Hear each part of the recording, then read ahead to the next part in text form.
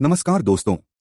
आज के एपिसोड में ऐसा धमाकेदार खुलासा होने वाला है जिसे देखकर पूरे परिवार के पैरों तले जमीन खिसक जाएगी। आखिरकार मोंटू और उसके पूरे परिवार की सच्चाई सबके सामने आने वाली है। पुलिस की एंट्री होगी, नकली पहचान का राज खुलेगा और जो लोग खुद को अमीर बताकर इस परिवार में रह रहे थे उनकी असली हकीकत सामने आ जाएगी।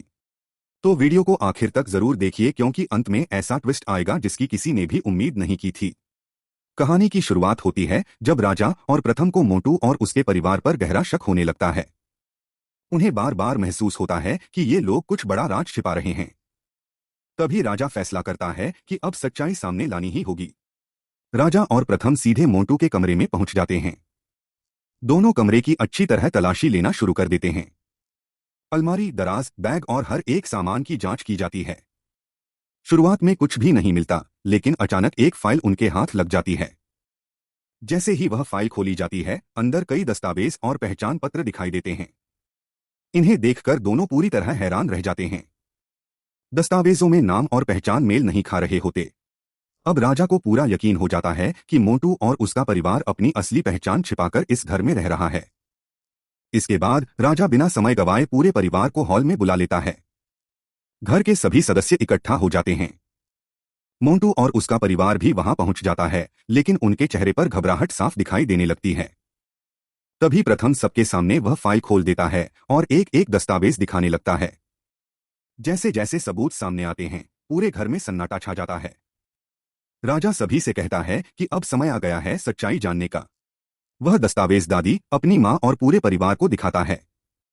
सभी लोग देखकर हैरान रह जाते हैं क्योंकि जिन लोगों पर उन्होंने भरोसा किया था वही लोग नकली पहचान के साथ उनके घर में रह रहे थे।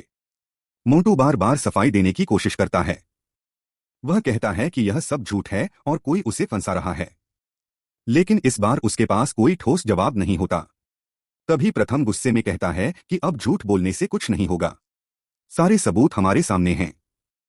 अब तुम्हारी सच्चाई पूरी तरह सामने आ चुकी है। इतने में राजा पुलिस को बुला लेता है।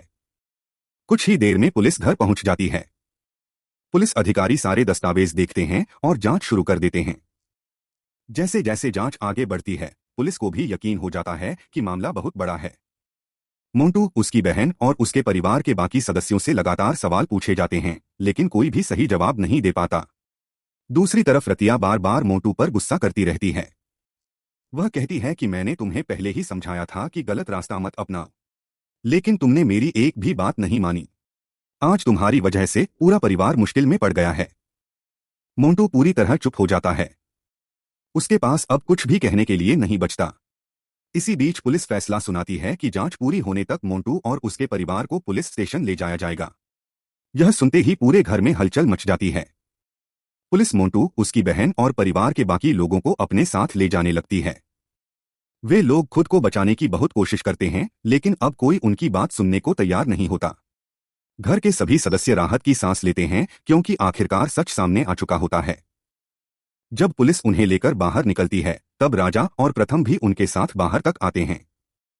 रास्ते में प्रथम भावुक होकर राजा से कहता है, राजा, आज अगर तुम सच का साथ नहीं देते तो शायद हम कभी इस धोखे को समझ ही नहीं पाते। तुमने पूरे परिवार को बचा लिया। राजा मुस्कुराकर कहता है, परिवार की रक्षा करना मेरा कर्तव्य था। सच चाहे जितना भी छिपा हो, एक दिन सामने जरूर आता है। प्रथम राजा का धन्यवाद करता है और कहता है कि गुस्से में मैंने कई बार तुम्हें गलत समझा, लेकिन आज मुझे एहसास हो गया कि तुम हमेशा सही थे। दोनों एक दूसरे का सम्मान करते हैं और परिवार भी राजा की तारीफ करता है। लेकिन दोस्तों, कहानी यहीं खत्म नहीं होती। अब सबसे बड़ा सवाल यह है कि आखिर मोंटू ने यह सब क्यों किया? क्या उसके पीछे कोई और मास्टरमाइंड भी है? क्या पुलिस पूछताछ में कोई और बड़ा राज सामने आएगा? और क्या मोंटू अपने किए की सजा से बच पाएगा? इन सभी सवालों के जवाब आपको अगले एपिसोड में देखने को मिलेंगे। अगर आपको यह कहानी पसंद आई हो तो वीडियो को लाइक करें, चैनल को सब्सक्राइब करें और बेल आइकन जरूर दबाएं। मिलते हैं अगले धमाकेदार एपिसोड में। धन्यवाद।